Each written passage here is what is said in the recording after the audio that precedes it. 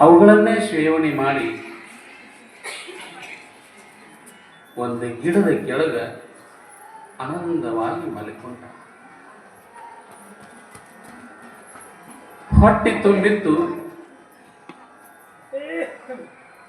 ಗಿಡದ ಕೆಳಗೆ ಮಲಗಿದ ಕೂಡಲೇ ನಿದ್ರೆ ಇತ್ತು. ಯಾವಾಗ ಆನಂದವಾಗಿ ನಿದ್ರೆ ಹೆತ್ತು ಆ ಗಿಡದೊಳಗ ಒಂದು ಪಕ್ಷಿ ಹಾರ್ತಾ ಬಂದು ಆ ಗಿಡದೊಳಗೆ ಕುಳಿತು ಆ ಪಕ್ಷಿ ಕೆಳಗಿರುವ ಬೇಟೆಗಾರನನ್ನ ನಿರೀಕ್ಷೆ ಮಾಡ್ತಾ ಇತ್ತು, ನೋಡ್ತಾ ಇರುವಂತ ಸಂದರ್ಭದೊಳಗೆ ಸಮಯ ಹೋಗ್ಲಿಕ್ಕತ್ತು, ಸೂರ್ಯ ತಿರುಗಲಿಕ್ಕೆ ಹತ್ತಿದ. ಯಾವಾಗ ಹೀಗೆ ಸೂರ್ಯ ತಿರುಗಲಿಕ್ಕೆ ಹತ್ತಿದ ಕೂಡಲೇನ ಆ ಬೇಟೆಗಾರ ಏನು ಮಲಗಿದ್ದಲ್ಲ, ಮಲಗಿರುವಂತ ಬೇಟೆಗಾರನ ಕಣ್ಣಿನ ಮೇಲೆ ಸೂರ್ಯನ ಛಾಯೆ ಬೀಳಲಿಕ್ಕೆ. ಯಾವಾಗ ಛಾಯೆ ಬೀಳಲಿಕ್ಕೆ ಹತ್ತಿದ ಕೂಡಲೇನ ಆ ಪಕ್ಷಿ ಕುಂತು ಸ್ವಲ್ಪ ನಿರೀಕ್ಷೆ ವಿಚಾರ ಮಾಡ್ತೀವಿ. ಬೇಟೆಗಾರ ಆನಂದವಾಗಿ ನಿದ್ರೆ ಮಾಡ್ಲಿಕ್ಕತ್ತಾನ. ಸೂರ್ಯ ತನ್ನ ಕಿರಣಗಳನ್ನು ಬಿಟ್ಟ ನಿದ್ರೆ ಕೆಡಿಸ್ಲಿಕ್ಕತ್ತಾನ. ಅದಕ್ಕೆ ಏನು ಮಾಡಬೇಕು ಅಂತ ತಿಳ್ಕೊಂಡ ತನ್ನ ಎರಡೂ ರೆಕ್ಕೆಗಳನ್ನ ಪಕ್ಕಗಳನ್ನ ಬಿಚ್ಚಿಬಿಡ್ತು. ಆ ಬೇಟೆಗಾರನಿಗೆ ಸೂರ್ಯನ ಕಿರಣ ಬಿಸಿಲ ಬೀಳಲಾರಂಗ ನೋಡ್ಕೊಳ್ಳಿಕ್ಕೆ. ಯಾವಾಗ ನೆರಳು ಮಾಡಿಕೊಂಡ ಇರುವಂತ ಪಕ್ಷಿ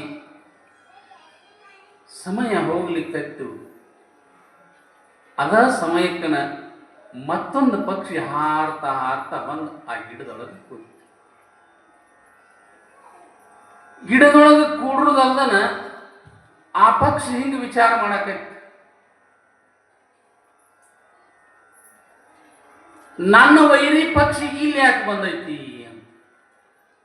ನನ್ನ ವೈರಿ ಪಕ್ಷಿ ಇಲ್ಲಿ ಯಾಕೆ ಬಂದೈತಿ ಅಂತ ಹೇಳಿ ವಿಚಾರ ಮಾಡ್ಕೋತ ಅದ್ರ ಸಮೀಪಕ್ಕೆ ಬಂತು, ಪಕ್ಕದಾಗ ಬಂತು. ಯಾವಾಗ ಅದ್ರ ಒಕ್ಕಲು ಬಂದ ಕೂಡಲೇ ಆ ವೈರಿ ಪಕ್ಷಿ ಏನಿತ್ತಲ್ಲ ವಿಚಾರ ಮಾಡಕೈತ, ನನ್ನ ವೈರಿ ಇದ್ರು ಕೂಡ ನಾ ಈಗ ಮಗ್ಗಲದಾಗ ಬಂದ್ರು ಎದ್ದು ಹೋಗವಲ್ಲಲ್ಲ ಇದು ಅಂತ ವಿಚಾರ ಮಾಡ್ತೇವೆ. ಮತ್ತೆ ನಾ ಮಗ್ಗಲದಾಗ ಬಂದು ಕೂತನಂದ್ರು ಎದ್ದು ಯಾಕೆ ಹೋಗವಲ್ದು. ಅವಾಗ ನಿರೀಕ್ಷೆ ಮಾಡ್ತೀವಿ, ಕೆಳಗೆ ಹನಿಕೆ ಹಾಕಿ ನೋಡ್ತದವು, ಬೇಟೆಗಾರ ಮಲಗಿದಾನೆ.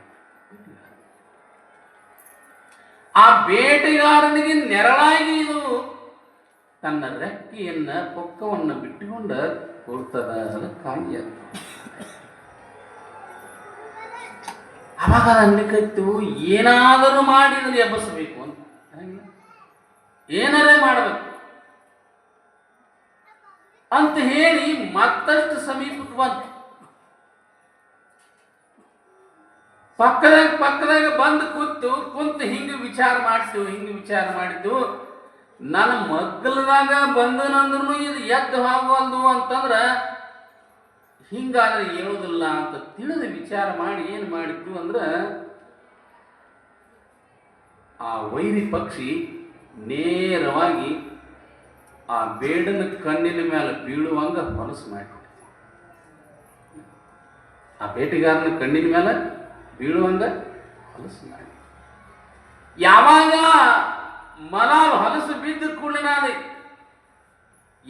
ಎಚ್ಚರಾದ ಕಣ್ಣ ತಿಕ್ಕೋತನ ಏನಿರ್ಬೋದು ಅಂತ ತಿಳ್ಕೊಂಡು ಪಕ್ಕದಾಗನ ಬಿಲ್ಲ ಬಾಣ ಇತ್ತು ತಗೊಂಡ ಆರಾಮದ ಕಣ್ಣ ತೆಗೆದಿದ್ದ.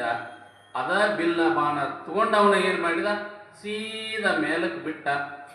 ಅದು ಹೋಗಿ ಎದಕ್ಕೆ ಬಡಿತು ಅಂತಂದ್ರೆ, ಏನು ನೆರಳಾಗಿತ್ತಲ್ಲ ಆ ಪಕ್ಷಿಗೆ ನೇರವಾಗಿ ಬರುತ್ತೆ. ಯಾವಾಗ ನೇರವಾಗಿ ಆ ಪಕ್ಷಿಗೆ ಬಡದ ಕೂಡಲಿನ ಅದು ಒಂದೇ ಸವಣೆ ಒಂದನ್ನು ವಿಚಾರ ಮಾಡಲಾರ್ದ ತಪ್ಪಂತ ಅವನ ಪಕ್ಕದಾಗ ಬಂದು ಬಿತ್ತು ಕಣ್ಣು ತೆಗೆದು ಅವಾಗ ನೋಡ್ತಾನ. ಗಾತಾತು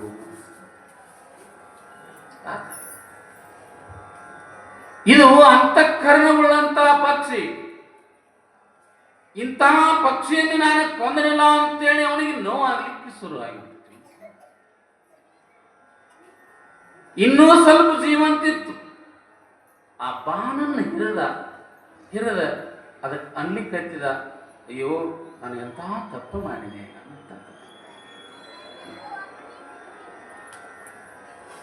ನಿನಗೆ ನಾನು ಹಿಂಸೆಯನ್ನು ಕೊಟ್ಟೆ, ನಿನ್ನನ್ನು ನಾನು ಸಾಯುವಂಗೆ ಮಾಡಿದೆ, ನಂದು ತಪ್ಪಾಯ್ತು ತ್ರಾಹಿ ತ್ರಾಹಿ ತ್ರಾಹಿ.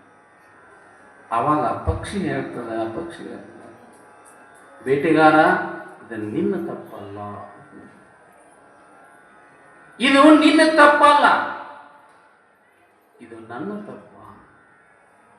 ನನ್ನ ಪಕ್ಕದಾಗ ವೈರಿ ಪಕ್ಷಿ ಬಂದು ಕುಂತಿತ್ತು, ಕುಳಿತಾಗ ನಾ ಎದ್ದು ಹೋಗಬೇಕಾಗಿತ್ತು. ಆದ್ರೆ ನಿನ್ನ ನೀತಿ ಕೆಡ್ತದಂತ ನಾ ಎದ್ದು ಹೋಗ್ಲಿಲ್ಲ. ಅದಕ್ಕಾಗಿ 5 ನಿಮಿಷ ಅದರ ಸಂಗ ಮಾಡಿದ್ದಕ್ಕಾಗಿ ನನಗೆ ಪ್ರಾಣ ಹೋಗುವಂತ ಗತಿ ಬಂದದ. ಅದಕ್ಕಾಗಿ ಇದು ನಿನ್ನ ತಪ್ಪಲ್ಲ, ನಿನ್ನ ತಪ್ಪಲ್ಲ.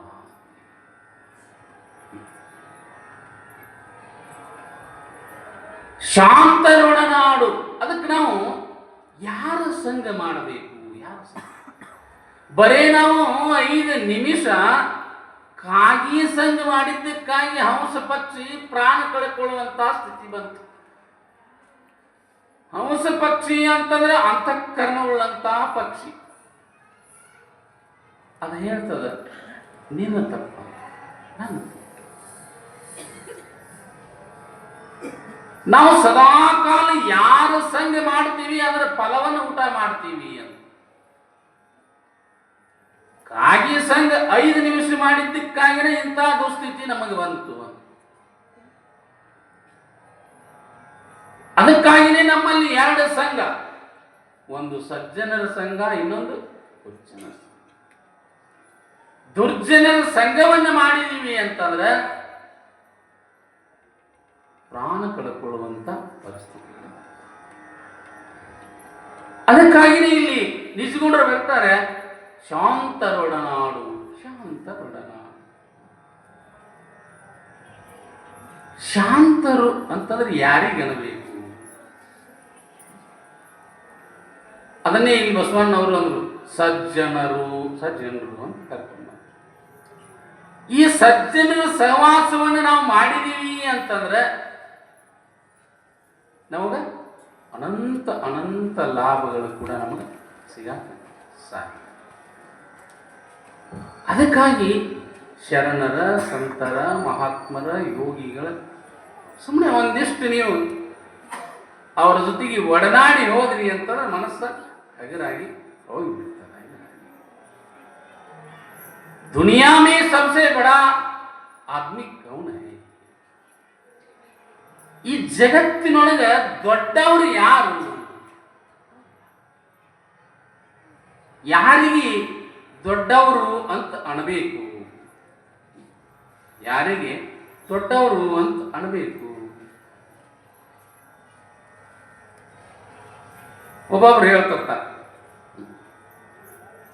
जिसके पास दौलत है वही बड़ा आदमी है. ಯಾರಲ್ಲಿ ದೌಲತ್ ಐತಿ, ಯಾರಲ್ಲಿ ಅಂತ ಒಂದು ಹಿಮ್ಮತ್ತದ, ಅವರಿಗೆ ದೊಡ್ಡವರು.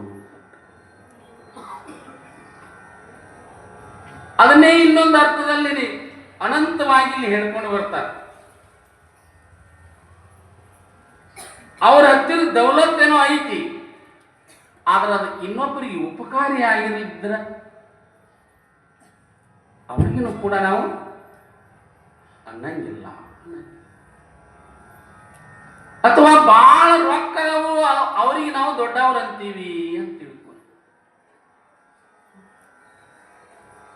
ಅಕ್ಕಮಹಾದೇವಿನೇ ಬರೀತಾಳ, ಎಷ್ಟು ಚಂದ ಬರದಾಳು. ಧನವಿದ್ದು ಫಲವೇನು, ದಯವಿಲ್ಲದನ್ನಕ್ಕ ದನವಿದ್ದು ಫಲವೇನು ದಯವಿಲ್ಲದನ್ನಕ್ಕ. ನನ್ನ ಹತ್ತಿಗೆ ಭಾಳ ಹಣ ಅದಾವು, ಖರೆ ದಯಾನ ಇರ್ಲಿಕ್ಕಂದ್ರೆ ಏನು ಮಾಡೋದು? ನಮ್ಮ ಮನೆಗೊಬ್ರು ಯಾರೋ ಭಿಕ್ಷುಕರು ಬಂದರು ಅಂತೇಳಿ ಮನೆ ಮೇಲೆ ಬರ್ತಿರ್ತಾರೆ. ಭಿಕ್ಷಾಂದೇಹಿ ಭಿಕ್ಷಾಂದೇಹಿ ಅಂತ ಬಂದ್ರ. ಅವಾಗ ನೀವೇನಂತೀರಿ? ಮುಂದಿನ ಮನೆಗೆ ಹೋಗಂತ ನೀವು ಅಂತೀರಿ. ನೀವು ಯಾರು ಅನ್ನಲ್ಲ, ಯಾಕಂದ್ರೆ ನೀವು ಭಾಳ ದಿವಸದಿಂದ ಪುರಾಣ ಪ್ರವಚನ ಕೇಳ್ಕೊತ ಬಂದಿದ್ವಿ. ಈ ಒಂದೊಂದು ಕಡೆ ನೋಡ್ತಿರ್ತೀವಿ ನಾವು. ಇನ್ನೂ ಒಬ್ಬೊಬ್ಬರ ನಾಯಿ ಕಟ್ಟಿರ್ತಾರ, ಮತ್ತೊಂದು ಇರ್ತದೆ, ಮಗದೊಂದು ಇರ್ತದೆ, ಇತ್ಯಾದಿ ಇರ್ತಾವ. ಆದ್ರೆ ಮುಂದಿನ ಮನೆಗೆ ಹೋಗಂದ ಕೂಡ ಅವ ನಮಗೆ ಉತ್ತರ ಹೇಳ್ತಾನ. ಏನಂತ ಹೇಳ್ತಾನೆ ಹೇಳ್ರಿ? ಮರಾಯನ ಹಿಂಗಂದ ಹಿಂಗಾಗಿನಿ ಹೋಗಂದ. ನಾನು ಹಿಂಗಂದ ಹಿಂಗಾಗಿನಿ, ನೀ ಹಿಂಗಾಗಬೇಡಪ್ಪ ಅಂದ. ನೀ ಏನಾಗು ಅಂದ್ರ ನಿನ್ನ ಹತ್ತಿರ ಇದ್ದದ್ದನ್ನ ನೀಡೆ ನೀ ನಿನ್ನಂತೆ ನೀನಾಗು. ನೀ ಏನೂ ಆಗಬೇಡ, ನಿನ್ನಂಗ ನೀ ಆಗ ಅಷ್ಟೆ. ಅವ ನಮಗೊಂದು ಪಾಠ ಕಲಿಸ್ತಾನ. ಭಿಕ್ಷುಕ ಪಾಠ.